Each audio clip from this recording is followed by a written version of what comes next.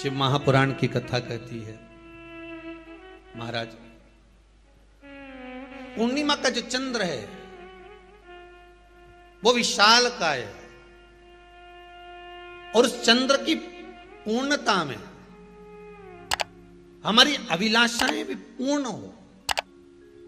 आप आस्था चैनल के माध्यम से जितने लोग कथा सुन रहे हैं, फेसबुक यूट्यूब पर जितने कथा सुन रहे हैं और कुबेरेश्वर धाम में जितने कथा सुन रहे हैं, आप में से कितने लोग हैं जो पूर्णिमा का व्रत करते हैं? जो माताएं करती हो जरा हाथ उठाइए। पूर्णिमा का व्रत जो करती है, करते हो ना आप लोग? रखिए हाथ। अब पूर्णिमा के व्रत में आपने कई बार किताब पढ़ी होगी पूर्णिमा की, या आपने व्रत किया होगा, या पूर्णिमा का व्रत आप धारण करे होगे, तो उसमें पूजन कौन से भगवान की होती है? पूर्णिमा के व्रत में किस भगवान की पूजन होती है? तो कहा पूर्णिमा के व्रत में केले के खंभ लगाकर पूर्णिमा का जो अध्यापन होता है, पूर्णिमा की जो पूजन होती है, उस पूजन में शंकर और पार्वती की पूजन की जाती है, शिव और नारायण की पूजन करी जाती है, शंकर और पार्वती का स्मरण किया जाता है। किसकी पूजन होती है? शिव पार्वती।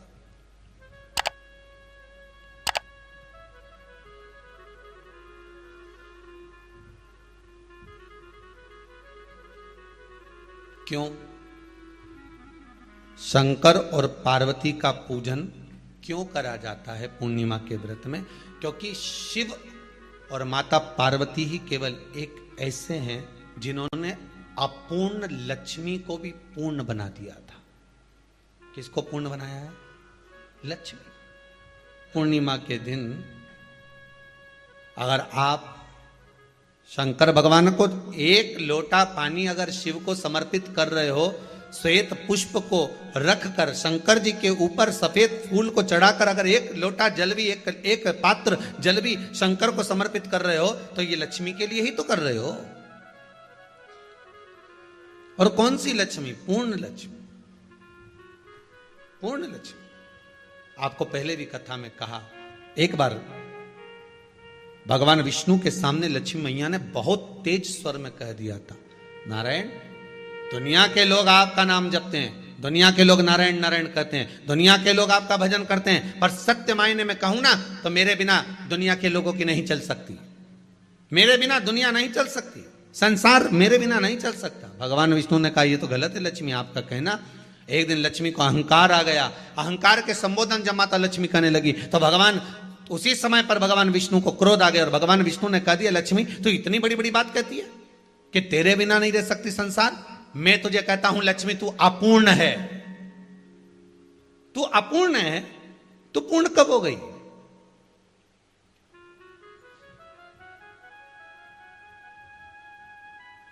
तेरी पूर्णता कहां हो गई?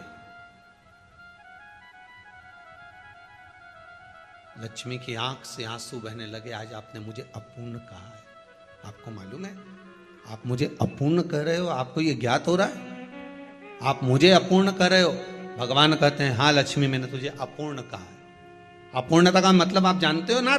भगवान कहते हैं, लक्ष्मी मैं सब जानता हूं। लक्ष्मी रोती हुई माता सरस्वती के पास पहुंच गई। सरस्वती ने पूछा, क्या बात है लक्ष्मी, क्यों रो रही हो? लक्ष्मी जी ने कहा, क्या बताऊं सखी, मेरे पति ने आज मुझे अपूर्ण कह दिया है।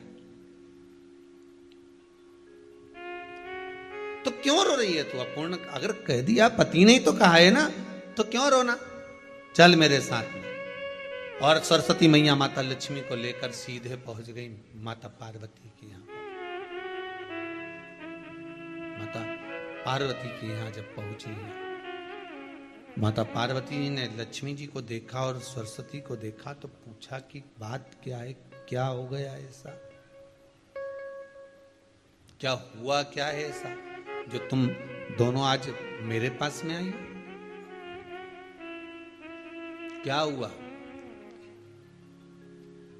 पार्वती जी कुछ बोलती, शिव जी का ध्यान माता सरस्वती की ओर और लक्ष्मी की ओर गया और भगवान शंकर जान गए कि आज भगवान नारायण ने लक्ष्मी जी को अपूर्ण कहा है। अब देखें माता पार्वती क्या कर सकती है। इसको पूर्ण बनाने के लिए करेगी क्या? क्या हुआ? माता सरस्वती जी बोली, लक्ष्मी को अपूर्ण कह दिया। अपूर्ण कह दिया? हाँ, तो क्या सोचना उसके लिए? इसको मैं अभी पूर्ण बना देती हूं। माता जगत जननी पार्वती ने गोदी में विराजमान गणेश जी को उठाया और उठाकर लक्ष्मी जी की गोद में दे दिया। ले लक्ष्मी, आज से तू पूर्ण हो गई। लक्ष्मी, आज से तू पूर्ण है। गोदी में जब तक संतान नहीं है तो नारी को लोग अपूर्ण समझते हैं, पर माता पार्वती जी ने संपूर्ण ब्रह्मांड में एक सिद्धता प्रदान कर दी कि अपने गोदी के लाल को, अपने गोदी के पुत्र को माता ने लक्ष्मी की गोद में देकर लक्ष्मी को पूर्ण बना दिया। वो दिन कौन सा था? पूर्णिमा का दिन था। पूर्णिमा के कितने व्रत होते हैं? बोलते जाओ, जरा जल्दी जल्दी बोलो।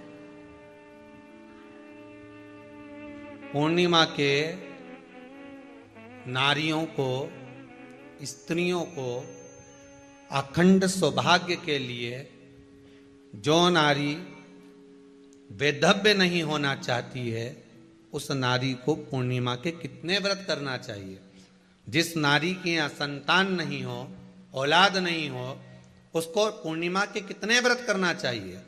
जिस नारी का पुत्र, पति बहुत बीमारी से ग्रसित हो, लग रहा हो कि ये मेरा बेटा बहुत बड़ी बीमारी में घिरा हुआ है, तो नारी को कितने व्रत करना चाहिए? स्वयं भगवान कृष्ण ने माता यशोदा को द्वापर में भी बताया है कि पूर्णिमा के 32 व्रत होते हैं। कितने व्रत होते हैं? 32।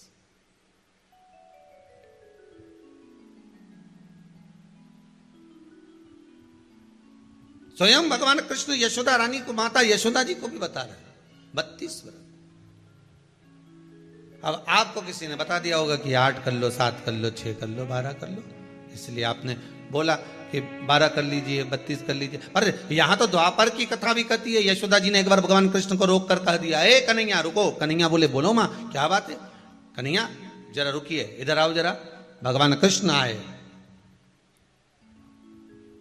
हाँ मां बोलिए। किस जगह का प्रसंग है ये? जिस समय पर राधा रानी कुरुक्षेत्र में नंद बाबा और यशोदा जी को लेकर कुरुक्षेत्र के कुंड में, ब्रह्म सरोवर में स्नान कराने के लिए लेकर जाती है, ग्रहण का समय पर। और जब भगवान कृष्ण उस कुरुक्षेत्र के उस सरोवर में स्नान करने आते हैं, तब यशोदा जी ने अपने लाला से प्रश्न किया है, पूछा है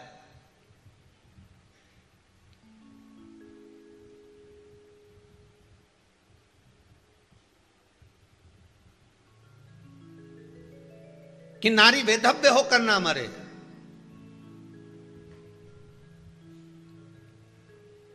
उसका पति कोई रोग से ग्रसित ना हो, उसका पुत्र किसी रोग में ना पड़े।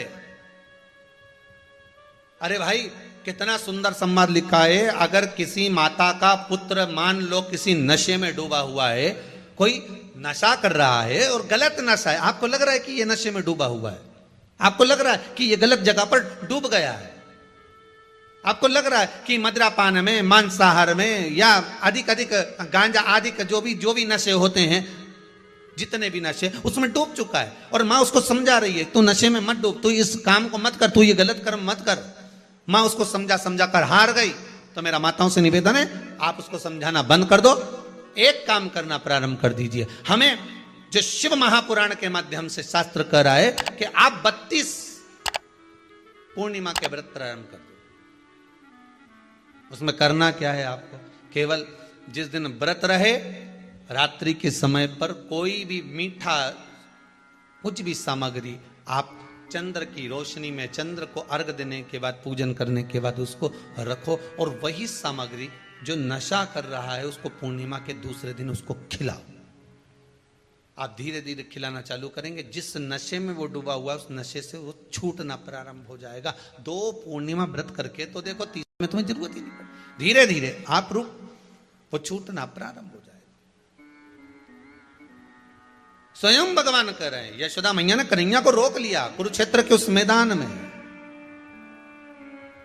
और भगवान कृष्ण का दर्शन माता यशोदा जी करी। बहुत बहुत दिनों के बाद माँ को, आज माता यशोदा को लाला का दर्शन हुआ, बहुत समय के बाद, जाने के बाद, बहुत समय। जब देवता 33 कोटि देवता उस चंद्र के इंतजार में रहते हैं कि ये चंद्र प्रबल होगा, तब जाकर ये चंद्र यहां पहुंचेगा, तब जाकर हम मंथन करेंगे, तब जाकर वो अमृत मिलेगा, और उस अमृत को देवता धारण करेंगे तो वो आनंद पा जाएंगे।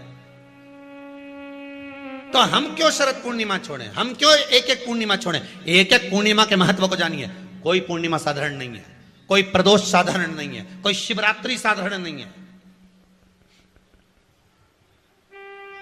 12 महीने शिवरात्रि पड़ती है, 12 महीने में प्रदोष पड़ते हैं, पर 12 महीने पड़ते हैं। हम उसका महत्व ही नहीं जान पाते।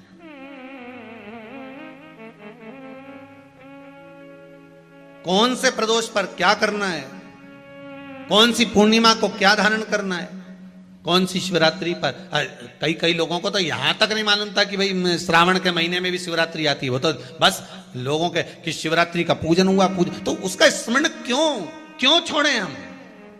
अगर ये वेद और शास्त्र ब्राह्मणों को दिए गए हैं, ये वेद और शास्त्र विद्वज्जन को दिए गए हैं, तो इसका स्मरण होना चाहिए कि हम निकालकर जनमानस तक ये चीज पहुंचाएं कि हमें इस दिन ये पूजन करना है, उसका स्मरण होना चाहिए।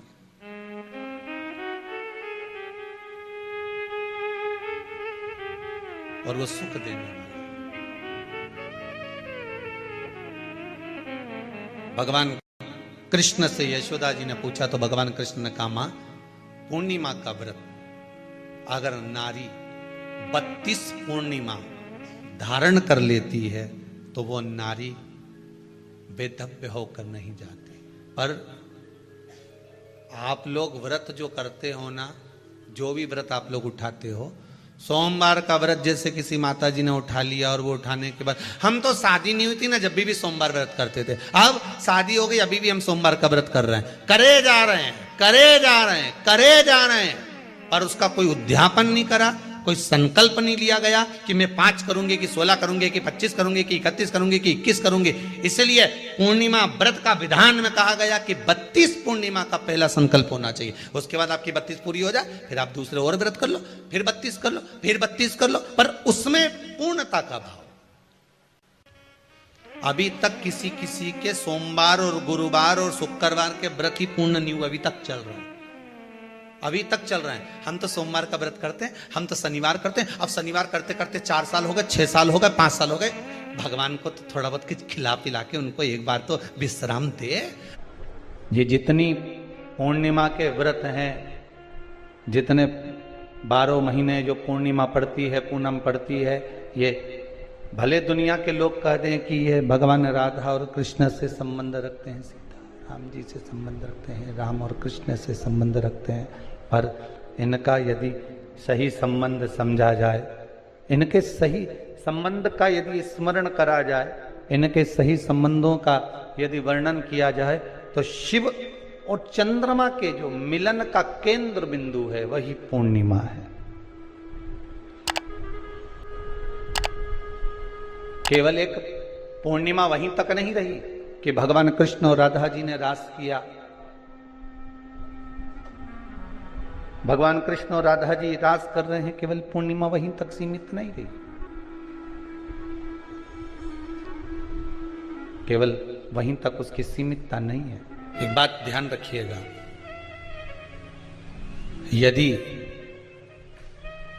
काया का रोग हो गया, मान लो शरीर कहीं से सफेद पड़ रहा है, कहीं से काला पड़ रहा है, शरीर में से खाल की फुकड़ी निकलना प्रारंभ हो गई हो, शरीर में काले काले चट्टे पड़ना चालू हो गए हों, या कोई विशेष रोग हो गया,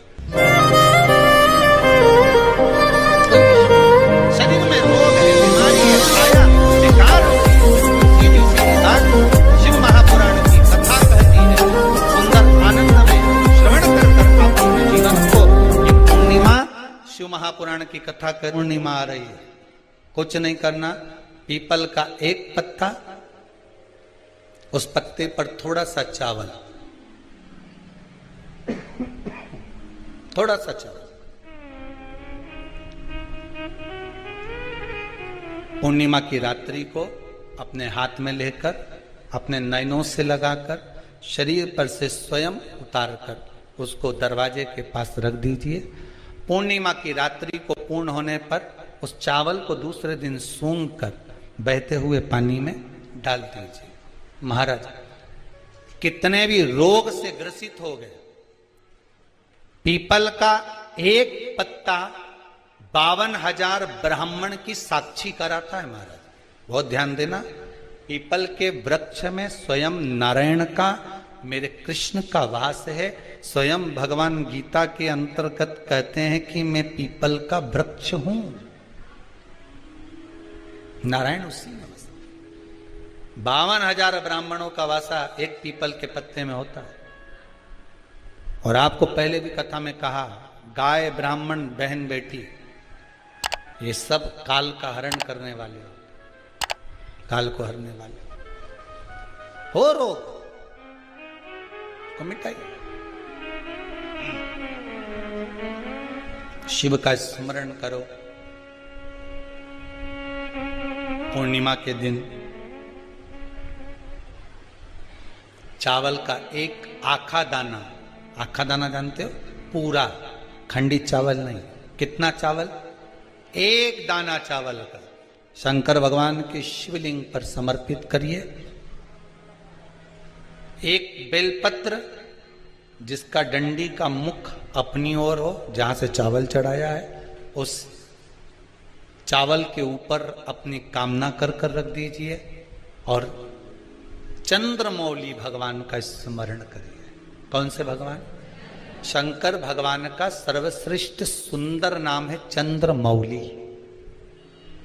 चंद्रमौली भगवान का स्मरण करिए, अपनी कामना कर कर बेलपत्र समर्पित कर कर शिव जी पर एक लोटा पानी, एक जल पात्र समर्पित करो, कलश से जल चढ़ा दीजिए, नैनों में वो जल लगाकर अपनी कामना कर कर वापिस घर को आइए।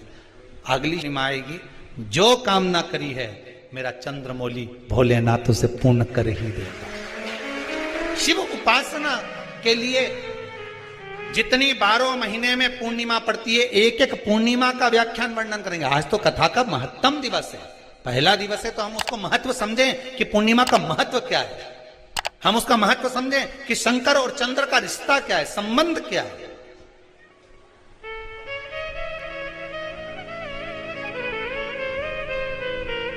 भगवान ने जितनी पूर्णिमा बनाई है, जितने नक्षत्र बनाए, जितनी घड़ी बनाई, जितना पल बनाया, जितना समय बनाया, ये शंकर भगवान ने जो बनाया ये गलत नहीं बनाया, श्रेष्ठता के लिए बनाया, जग के उद्धार के लिए, संसार के उद्धार के लिए बनाया। अब उसका प्रयोग आप करें ना करें ये आपके ऊपर है, आप उसका प्रयोग कर रहे हैं ना कर रहे हैं ये आपके ऊपर, पर जो बनाया है मेरे भगवान,